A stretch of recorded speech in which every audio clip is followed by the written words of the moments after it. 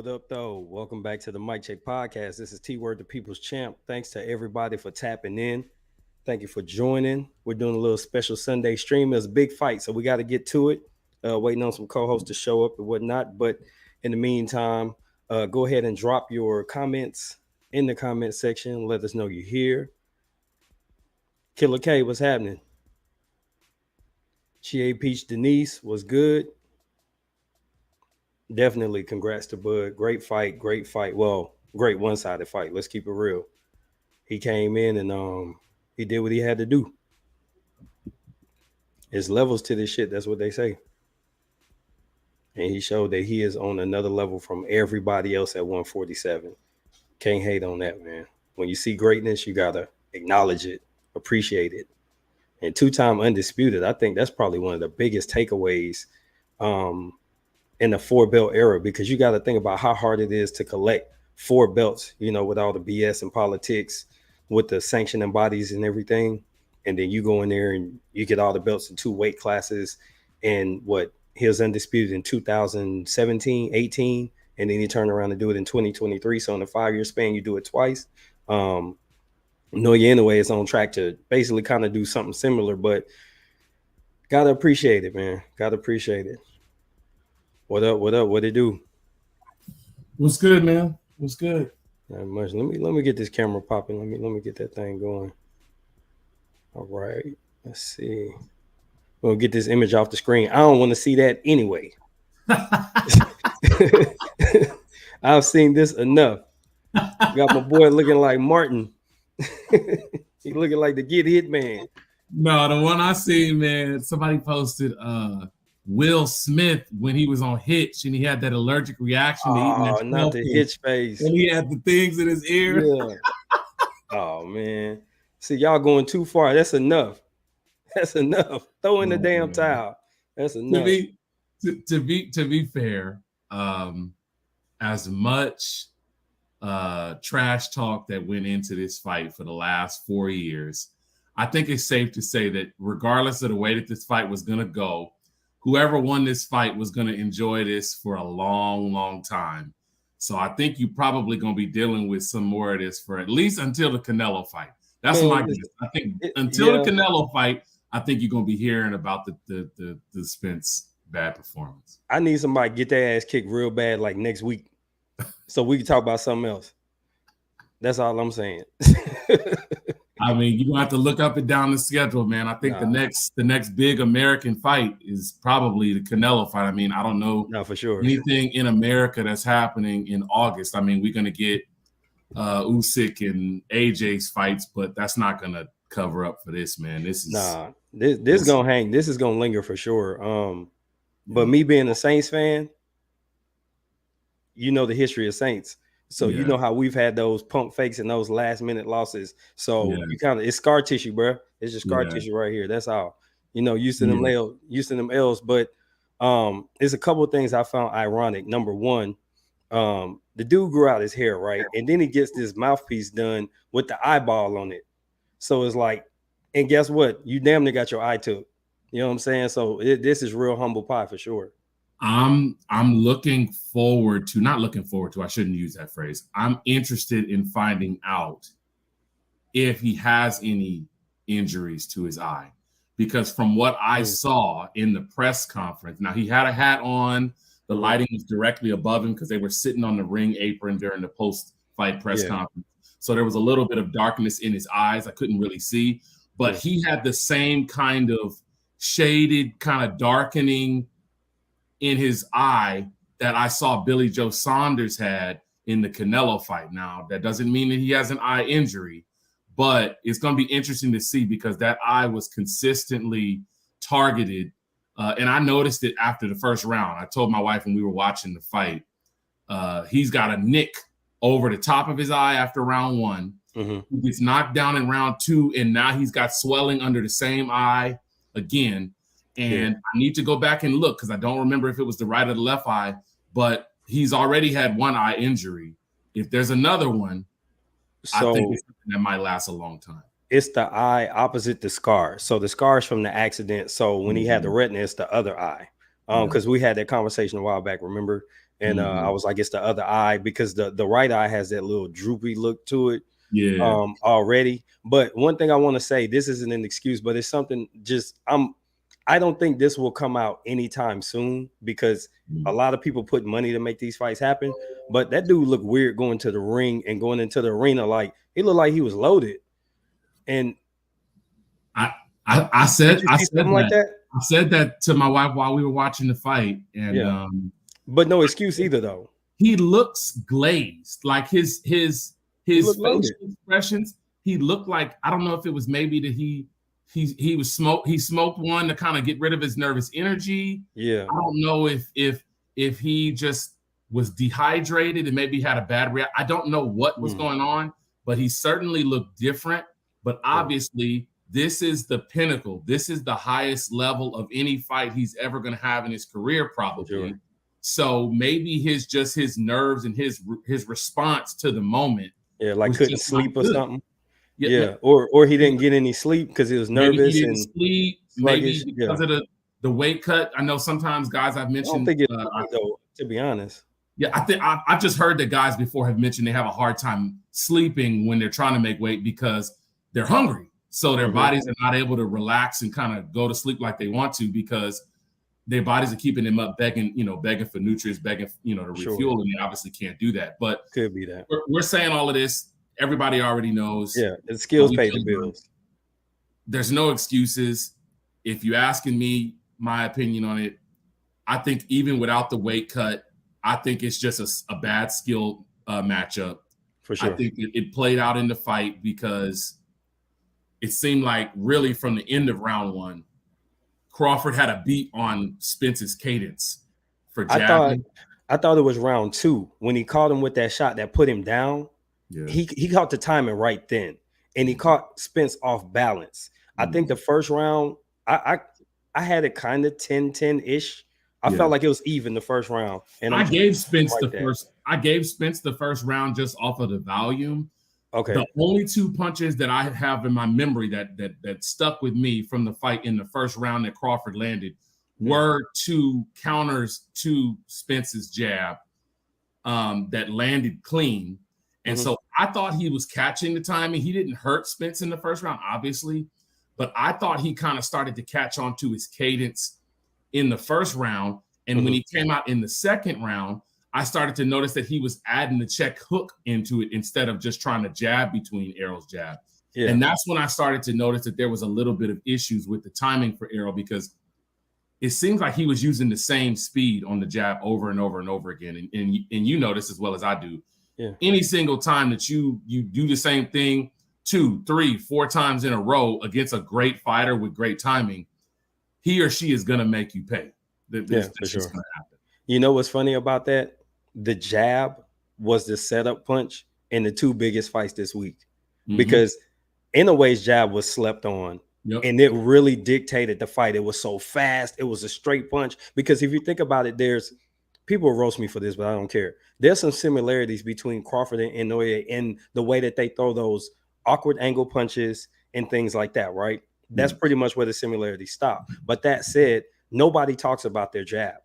Terence came out with a really strong, fast, straight jab. It didn't loop. It didn't swivel. It was a straight jab, and it was like, wah, wah, wah. It was just hitting him. And Spence hadn't seen anything like that to date. Same thing with Fulton.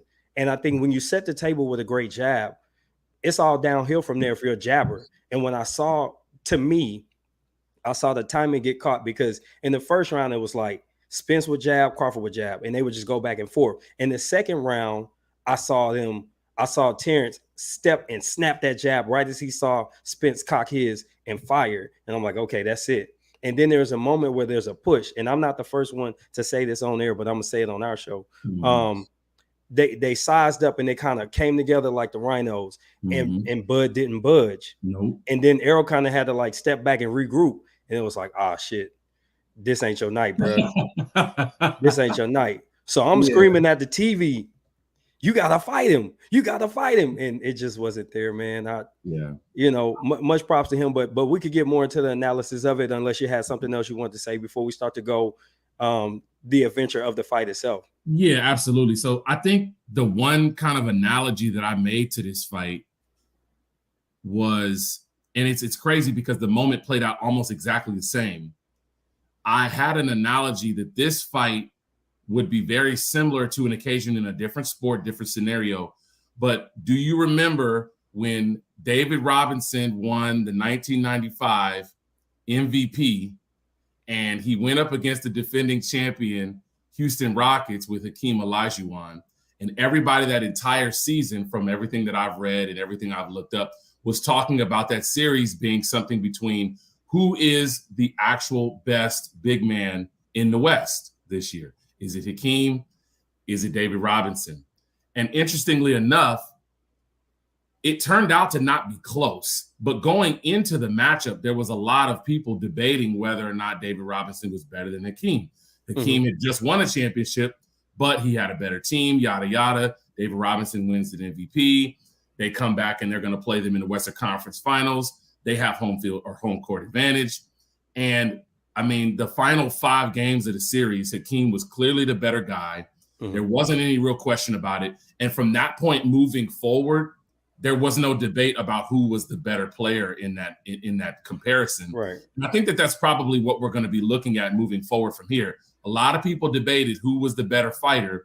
I think moving forward, historically speaking, we're going to be saying that definitively that Crawford is and was the better fighter when both of these two guys are done. Even in a better showing at 154, if they do the rematch. See, so here's my thought on that to kind of piggyback off what you're saying. If they rematch, it's got to be at 154 because you can't sell it again at 47. Nobody's going to buy it because they're going to say anybody that thinks he was drained or anything like that, they're going to say, why would I see this again? I know how this book ends. I've read it already. You got to do it at 54. Even if he shows out better at 54 and still loses, everybody's still going to say, but that first time he kicked his ass. It took us to see, not all of us, but some people 3 times to see Tyson Fury give Deontay Wilder a lot of trouble and really whoop him in that second and third fight for people to accept that this man is just levels above. I'm not that person. You know, Spence is my favorite fighter. I've been following him since the Olympics. So I support him. Hopefully he recovers. If his body's not right, get out of boxing, figure something else out. But if he is, come back and be better. But at the end of the day, you got to admit when the person you support is just not the best. Pacquiao fans had to accept that at some point. You know what I mean? Yeah. So I think that what you're saying is a really good comparison. There was no doubt when it was over who's better. Yeah. There was no doubt. Yeah. So let's get into some rounds and let's talk about some key moments, and then maybe we could look forward after we get through to the stoppage. But let's talk about some key moments. So we've talked about first and second round.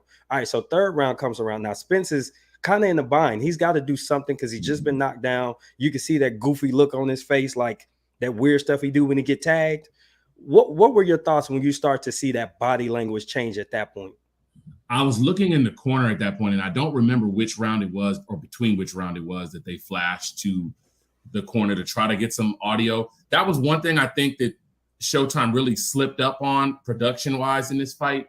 We didn't get a lot of great insight as to strategy-wise what was going on. I don't know that if it was the mics were having issues, but I couldn't really hear any of the instruction very clearly outside of the fact that Derek was saying to Errol that you're standing right in front of him. You're throwing a jab and you're standing right in front of him. You need to move, which is ironic because I remember seeing a clip a few weeks ago where people were saying, well, Errol stands straight up and down. He doesn't move his head. He doesn't bend at the waist. He doesn't have a lot of head movement. And Derek was arguing, well, he can just use his feet to move out of the way. That was crazy. The issue is that when you get tired or when you get hit or when you're disoriented, it's a lot more difficult for you to move and use your feet to laterally move yourself out of the way of punches, as opposed to ducking to the left or ducking to the right, etc. Which is why a lot of guys use that because it uses less energy. It's less tiring on you if you can, duck out of the way, slip punches, as opposed to having to entirely move your body out of the way. Round 3, it was a great start for Spence, in my opinion. I think the very first minute of that round was clearly Spence's kind of, essentially to me, it was his last gasp. I saw when he got hurt in the second round. I knew coming out in the third round that Spence was going to have to respond right then and there. I thought it was interesting that Crawford chose at that moment not to jump right back on him. But Ring IQ. I think he knew deep down that, okay, he's going to come at me with something strong here to start the round. And I thought he cleanly, talking about Crawford, cleanly swept the back end of the round. And after that point, I was kind of just like, okay, well, this is just futility. Big letdown. Yeah, this is just futility at this point because he's given his best now. I mean, he tried to come out strong. He tried to muscle him. He tried to come out and use the volume in round 3, which I did think that he would do at some point. And it didn't work. He still lost the round. He lost the round as bad as he lost the second round. So, I mean, at that point, I'm thinking, okay, is this going to be a stoppage on Derek's part, or is he going to get knocked out? That's what I was thinking at that point. For sure. So it was kind of at that point I was thinking it, and I thought, like, the ref tried to bail him out 2 times because, there's a stop where he took a look. One time he had the doctor look. One time he just looked for himself. And I guess, Errol let him know I'm in it to win it. I'm in it. Let me go out on my shield type of thing, which you can respect. But that's what you have so many people in the corner for, especially when your dad is over there. Somebody could have thrown a towel in, but at the same time, they're Warriors. They know what they signed up for. He went out on the shield. It is what it is. But that also lets me know you took such a rough beating. You don't need to fight this person again at any weight because clearly your skill set, styles make fights, and your style did not make any sense in that fight. And I don't think I could hear a little bit of what Derek was saying, and his instructions are always on point. I don't care what you say. His instructions in the corner are super great.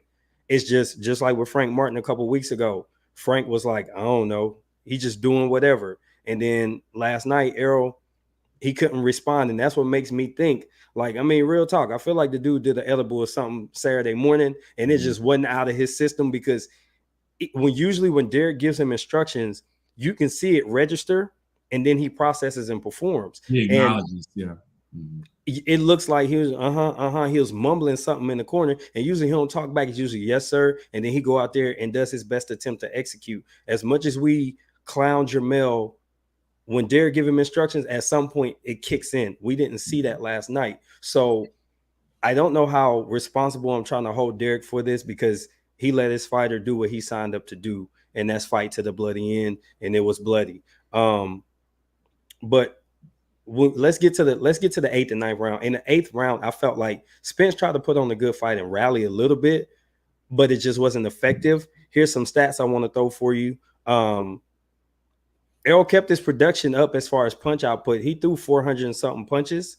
Terence only threw like 300 and some change, but Terence landed half of his punches, 180. Errol only landed 96. So he was slipping, moving, blocking, deflecting punches. I thought that was really effective on Terrence's part. And that really completely changed any opportunity for Spence to be good because he needs to land that volume. He can't just throw it. You got to land it because when you're getting hit and it's noticeable blows, the judges are scoring that clean and effective punching, and yours were neither. So I kind of felt like at that point, it was just a bad effort, and I was waiting for the ref to step in, and he eventually did. Yeah, I sincerely thought that at that point, right at the end of the 7th round, and he's been knocked down. I believe that was the round he got knocked down twice. I believe it was in the 7th round.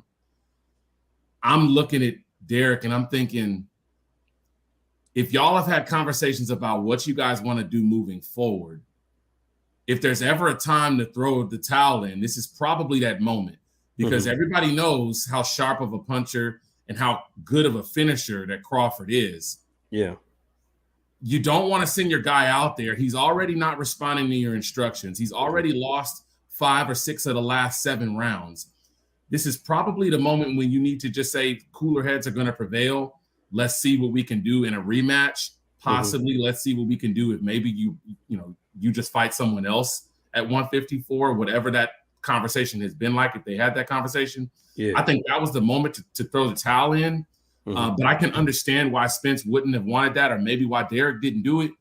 But it'll be really interesting, in my opinion, to see how this looks moving forward, because these kind of clean punches are not something that he's ever experienced. Yeah, and while maybe it doesn't affect him as much physically, which it could possibly if he's had an injury, but if he hasn't, it might just make him cautious in the fact that he's like, okay, there are people out here who can hurt me. I can't just walk through other people's offense in the future. And then he's going to be moving up to a new weight class potentially, where maybe he's fighting guys that are going to be equal or bigger than him. So I was thinking round 8 and 9 were really kind of deep dives into him looking forward, like, what am I going to do moving forward in this?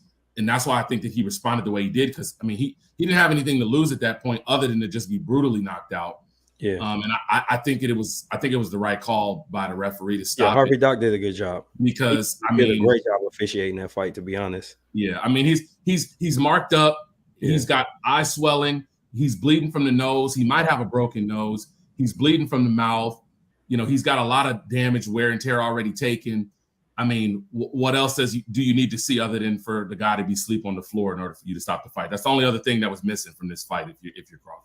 And not just because I'm a fan, but because also I believe, to give credit for Hart, because it counts for something. You're a fighter. You already got Hart getting in the ring, right? But there was a clean, I think it was like a right hook that Bud put him down. It was a clean punch. It sit right against the ropes and sit him down. And Errol kind of rolled back and he got up. And I was like, I kind of wish he stayed down there.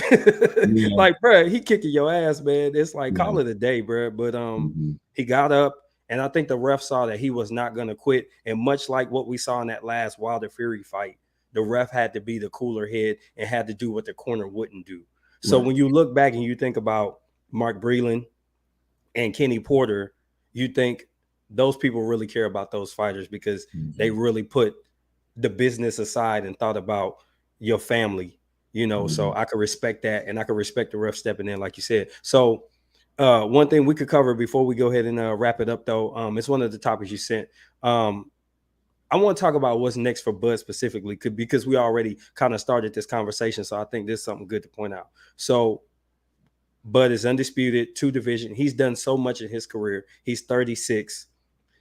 The opportunities to me, as far as number of different fights, that meaningful fights, aren't there. But what do you think? I'm gonna throw it to you first. What's next for Bud? I think that he has a lot of options if his mindset is that my career isn't over. If his mindset is I only got another year or 2 in the game and I want to make as much money as possible and then I'm good, I'm out, I'm done, then what you're saying I agree with. But if his mindset is, well, I just got to the money train, I got 3 or 4 or 5 more years in me. If that's his mindset, I live a clean lifestyle, I'm not slowing down at this point, I think I can move up eventually, maybe to even challenge for a title at 160. If that's his mindset, then I think that there's a lot of options. And the options I think of are, you're talking about Tim Tszyu, you're talking about a rematch with Errol at 154 potentially, or at 147 if he wants to be an a-hole and say, nope, if you want your rematch, you got to come do it on the same terms. I know that they said after the fight, I can go up and do it. I don't have no problem doing that. But obviously, after you've had a chance to really think about it, you've had a chance to think about how things have gone, you might feel advantages. Maybe your team might feel differently. Maybe they think, well, actually, you made this weight fairly well. He obviously is having a hard time with the weight. That's the first thing he mentioned in the press conference because they asked him about it. If we're going to give this guy a chance to come back and get his get back, well, no, he needs to run it back on our terms that are going to make us feel comfortable with the situation. You got all of the guys, the contenders that are in line for fights at 154, whether you're talking about Mendoza, if you're talking about whether Fundora fights Mendoza and then the winner of that fight, I know that they're talking about rescheduling that fight. None of those fights. Fundora lose to? Is that Mendoza? Fundora lost to Mendoza. Okay, so they rematching. Okay, all right, go ahead. That's the rumor. There's not anything scheduled yet, but if they do schedule that rematch, well, you fight the winner of that for the WBC title. Okay. Obviously, a Tim Tszyu fight is huge. He's been, wanting to fight, in a stadium. That's something that can be done in Australia. That's something that could be done, easily. I think with his marquee, notoriety now that he's had this main stage kind of a fight. And then eventually, when you talk about 160, and this is one of the questions that I mentioned, I don't know that I'm confident about anybody that goes in as a favorite against him at 54 or at 60 right now that's contending in those weights. It depends. And the reason I say that is because Mel is going to 68. He's going to fight Canelo. He said he's coming back, though. Man, I'm So telling they you got to right catch now, weight. They got to he catch is. weight. Well, the benefit of fighting, Mel, is not only the money, but it's the belts. Yeah. So unless they're able to finagle something where the belts can be on the line at a catch weight, which I mean we've seen certain belts, but not They can undisputed make it belts. happen. I've Yeah. never seen an undisputed fight at a catch weight. I've seen a unification fight.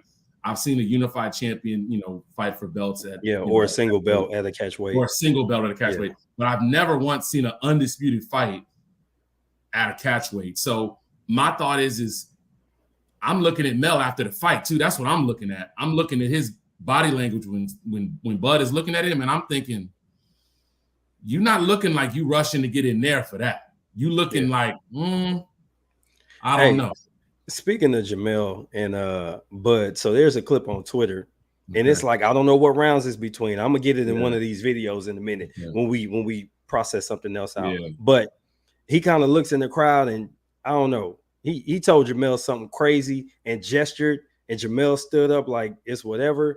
But Bud said to get active, and he showed it. I don't know that he needs to go to 60 anytime soon. Like, you got to do a couple fights at 54 and then go to 60. But now we talking about, now you 37, 38. You're an athletic guy.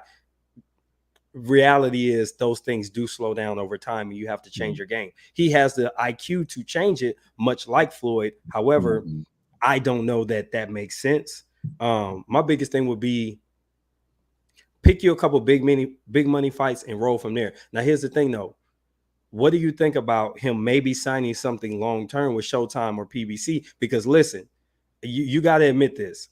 The marketing machine that they put behind him has made Bud a very likable, palatable household person. Yeah. You got to stay with that. This team made him look better than anything Top Rank has ever done. So right or wrong. I agree with you that this stage and this platform helped his marquee value in a lot of different ways. I can't throw all the blame on ESPN and on Top Rank for not showcasing him the way that he got showcased, because ultimately what it came down to for me was the fight. The fight is what got everybody interested. The fight is what got everybody wanting to watch all of the promotion, knowing that this was the biggest fight that's been talked about for years and years and years. And that's why I think the biggest draw and pull happened. Now, obviously, having the all access, having it be a pay-per-view against a guy who's popular, that always is going to help. And that's just unfortunately not something that Top Rank had. They tried to do it with the Pacquiao fight. If everybody remembers, they tried to get Bud a Pacquiao fight right around the time, I don't remember if it was right before or right after. I think it was right before he fought Jeff Horn. Right before he fought Jeff Horn, he was supposed to fight Bud. And at that point, that would have been the fight that kind of crossed him over into the kind of, the dance partner thing. Yeah. And it didn't happen because Pacquiao knew what everybody else knew. No, Bob knew. Bob too. Bob knew not to put that man in there. He loved Pacquiao. He wasn't about to put him in there. Bob knows, okay, Pacquiao's made me a lot of money over the years. Yeah. If he's not sure about taking this fight, well, then I'm not going to press the issue on it. We'll give him somebody else we think he could beat, and he ended up losing. You got to do it in Bob's voice, man. You got to do it in Bob. But no, I agree with what you're saying, though. The business. There you go. The business of boxing doesn't let you get everybody you want. There you go. To be patient. But no, it was definitely Bob stepped in and intervened and made sure, I'm gonna send you over here to this dude that can beat you but not hurt you, and then we're gonna set up something else, and then I'm gonna move with this guy here. But I think, like I've said before, you've seen me say this, I think Showtime and PBC has it figured out how to take a star and turn them into a bigger than life star. Tank Davis don't necessarily have to be that big. I think if Devin Haney was over there, Shakur, they would look different in the public eye. The people that buy pay-per-views will buy pay-per-views from those guys, because obviously Tank sells excitement. There's a chance for a knockout or a stoppage. Yeah. But on Top Rank, Bud been knocking out people for the last 5 years, and people still was picking Errol just because they didn't know who Bud was. So I think that he's in the right place. I think you sign a 3-fight deal. You make sure that there's specific people in that deal that you can get, just like Canelo does. Canelo signed a 3-fight deal, and he probably said, I just want a Charlo. Everything else is whatever. Or they said, we'll give you this money and we'll give you 3 fights, but one has to be Benavidez at some point. Mm-hmm. If you sign a deal like that, you control the purse, you control everything, and you know they're going to market the heck out of it, and that's going to make for a great swan song to your career. So me personally, I feel like that's the direction Bud should go. Stay with them, and then you also get access to certain fights that you might want. Hell, if you sign with PBC, you got access to a Canelo fight, whether you want it or not. Yeah, I think realistically, this is the only space that he's going to be able to stay in, because obviously PBC has guys lined up for belts at 154. They have a Boots Ennis if they want to make that fight and he's interested in that. Even if it's not necessarily at 147, it's potentially a fight that could happen at 154 if Boots moves up in a year or two. That's something that could happen, and obviously Showtime can offer him that. So I don't think there's any debate that continuing to do business with Showtime is the best option for him. I just wonder what's going to be next, because, I mean, the natural fight to have made would have been Jermell. Yeah. But sure. Jermell kind of changed course before this fight happened, agreeing to fight Canelo because his brother wasn't prepared to fight him like they had planned. Man. Because if everything goes to plan, Jamal's fighting Canelo. Jermell then says, okay, I'm going to get mine back from my brother. And then you have that whole storyline of, well, I'm bigger, I'm stronger, I can box, I'm a boxer puncher, yada, yada. Derek James gets his chance to go back at Bomac, yada, yada. Then you can write that storyline by itself. It writes itself. Agreed. I'm just not convinced now that, and you've seen photos of Jermell. Jermell is looking like Jamal. And real quick too. Really big. So I'm not convinced that he's gonna be willing to come back to 54. He said he is, but it just depends on how he develops. That's what he's supposed to say because he's a fighter, right? But is he gonna put pen to paper? The comment that you just pulled up there, Spence looked like a shot fighter to me even before Bud started to dominate him. His punches had no pop on them. He seemed to not be pulling the trigger or have any timing or reactions or speed. So my opinion is he did not look shot. Not at all. Here's what I saw in what led me to my analysis pick Bud. In all 3 of Spence's last 3 fights, he's been either hurt, punched while off balance, or he gets in this mode of throwing these wide and looping punches instead of sticking to straight, direct punches A to B. Yeah. And I knew if he tries that against Bud, it's a lot of room between those punches. And he tried it last night, and it didn't work because all Bud is doing is either punching between or he's ducking and getting up under it. That to me was the difference. I don't think that it was that Spence was shot. I just think that Bud has the right style, and he is the quintessential counter puncher. That's what happens with pressure guys. If a pressure guy is not a higher level than the counter puncher, typically you're going to get caught. Style favors the counter puncher. It usually does. Yeah. And Bud got on the front foot. So let me see. He seemed to be fighting in slow motion. Like I said, I think the boy was high, man. He was loaded. That's all. That's my story. I'm sticking to it. But so let's go ahead and try to wrap it up here, man. I'm gonna throw the mic to you. Go ahead and give your closing thoughts. I'll bring it home, and then we'll get on up out of here. Go ahead and take center stage, bro. Yeah, man. The one thing I will say is that I think something that a lot of fans and even the PBC executives need to look at when you look at this fight. Of course, their guy, quote unquote, the guy that they home grew and that they kind of built up, he lost this fight. Everybody knows me, knows that I'm a Bud fan, been a Bud fan for a while. But Errol actually was the guy that really got me interested in boxing back in 2017. I remember watching his fight. That was about 6 months after I really started watching boxing. So I like Errol. I think that he can still do some things within the sport. I think that he can potentially even get back to world title contention and get back to a world title if he wants to. But the one thing that's going to have to change, and it only is going to change when these fighters start demanding it, is if you look at Jermell, who's going to be fighting on 15 months of inactivity, Spence, who fought on 13 or 14 months of inactivity, as well as Fulton, who fought off for 12 months of inactivity. the PBC has an issue right now, whether it's through injury, whether it's through scheduling, or whether it's through finances from the fighters and what they expect in these purses. They're not fighting often enough. And if you don't fight often enough, when you go up against a guy who's on the same level as you, who is fighting, you're going to be at a substantial disadvantage.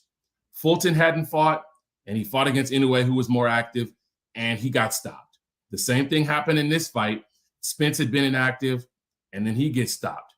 We'll look and see what happens when Jermell fights Canelo, but Canelo has fought recently, more recently than Jermell, and Jermell is going into the biggest fight of his career. Let's see if it helps him or hurts him, but my anticipation is that it's not going to help him in this fight, that's for sure. You're on mute, bro.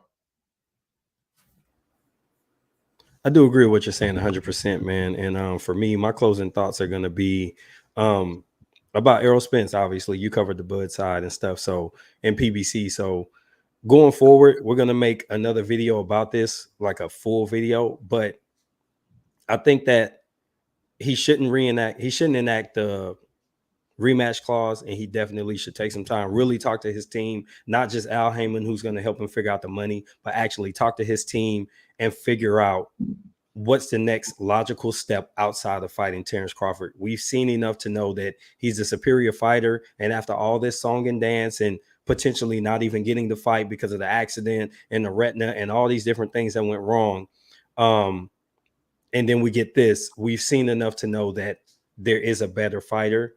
It's time to look at 154, a good, honest look, and figure out what your body's telling you. Talk to some really good medical professionals who aren't on the take and will give you true, good, solid advice and tell you if you're fit to continue fighting after everything you've been through. Roy Jones says something.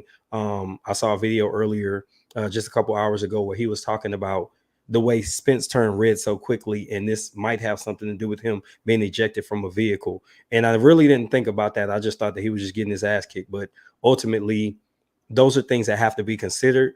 So in my opinion, you need to take about 6 months off, figure out what's the next logical step. If you're going to 54, get your body right, find the people that are going to make the right decisions with and for you, and then move forward from there. And I think that he still has at least 2 to 3, maybe even 4 more years on his career with selective fights. And we haven't seen the last of Errol Spence Jr. All right, so we go ahead and close it out. Anything else you want to throw out there before we wrap it up? Yeah, man. I gotta finish off this crawfish, man. Yeah. Everybody that enjoyed that crawfish, man, y'all go ahead and enjoy that. Y'all just, as everybody, and I've seen this. I've seen most of the people who picked Spence and gave Crawford a hard time. They anteed up. They came clean today and last night. So I'm satisfied with that. They were wrong on this one. I was right. Bud's team was right on this one. We live to fight another day. There's going to be another fight that we disagree on. It's probably going to be the Canelo fight, but it's all good. It's going to be the Canelo fight for sure. We could do it again in September. Yeah. But a great week of boxing, right? Sure. We got a Inoue Fulton historic fight.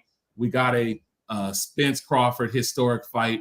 A lot of updates to come to a pound for pound list. That's something else that T and I definitely are going to look into try to do, is to kind of make a list and compare what our thoughts are. Preferred fighter list. Yeah. That way we could put some opinion in there if we choose to. Preferred fighter list. But absolutely. We'll get that thing together and get that out. I do owe 100 push-ups. I'm gonna get that video together tomorrow. We'll make sure it's posted on the channel. It's gonna be in time lapse though, so don't be trying to count them. You ain't got to do it live. It's gonna be in time lapse, but I'm gonna get them push-ups knocked out.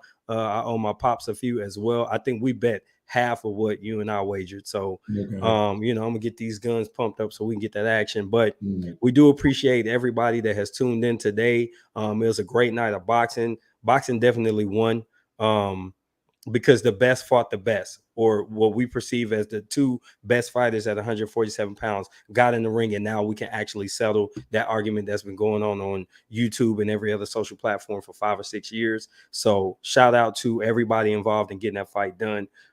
As a fan, I definitely appreciate the opportunity to be able to watch that and then have these conversations after. So this has been the Mic Check Podcast. Thank y'all for tuning in. Until the next time, we out.